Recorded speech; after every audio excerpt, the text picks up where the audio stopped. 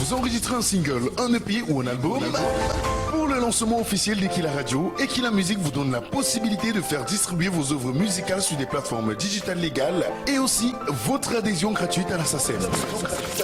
Et oui, contactez la team Equila Musique à l'adresse mail oddsa@equilaradio.fr et donnez-vous une chance d'être la nouvelle star de la musique de demain. Equila Radio, vivez la vie à fond. Le journal Equila Radio.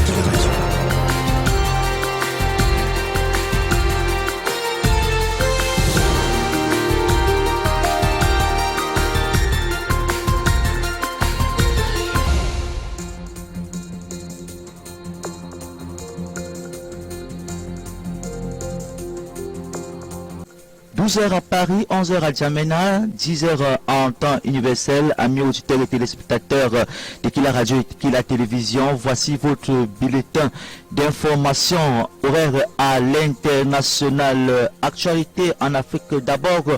Au Burkina Faso, 2 soldats ont été tués hier matin par un groupe armé du côté de Livingstone, dans une ville d'une mine d'or situé au nord du Burkina Faso. Un communiqué officiel annonce d'ailleurs la neutralisation des 10 assaillants, non sans avoir détruit au préalable le matériel roulant utilisé par ces derniers lors de leur fuite. En Côte d'Ivoire, une trentaine de trafiquants de drogue ont été interceptés ainsi qu'une cargaison de 2 tonnes de cocaïne saisie au mois d'avril dernier par la police ivoirienne. D'après les sources policières, la cargaison en question serait estimée à 67 millions de dollars. Et les mêmes sources policières font état également de ce que la plupart des trafiquants qui foulent le sol de la Côte d'Ivoire viennent essentiellement de l'Amérique du Sud. Du côté du Nigeria, c'est les autorités sécuritaires qui accusent le groupe terroriste de la province d'Afrique, encore appelé l'ISOP, d'être à l'origine de l'acte éponyme perpétré dimanche dernier dans une église catholique avec à la clé plus d'une dizaine de catholiques tués. Alors qu'au Togo, le ministre des Affaires étrangères togolais, lors de sa visite de travail au Maroc, a affirmé que le Togo reste attaché à l'intégrité territoriale du Maroc, d'où l'ouverture dans un futur très proche du consulat du Togo, du consulat togolais à Dakar, région occidentale de cette nation-là, ce qui pourra d'ailleurs contribuer à renforcer les liens diplomatiques entre les 2 pays. On clôture avec l'Afrique et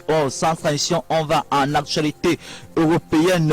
D'abord en France, c'est l'autorité de la police, le patron notamment de la police parisienne qui s'excuse des tirs des gaz lacrymogènes sur les supporters lors de la récente finale de la Champions League européenne qui opposait Liverpool contre Real. C'était le samedi 28 mai dernier, alors qu'en crise, en ce qui concerne la crise ukraino-russe, c'est l'Ukraine qui demande à ses partenaires amis de lui fournir encore plus d'artillerie afin de permettre à son armée de venir à bout des Russes.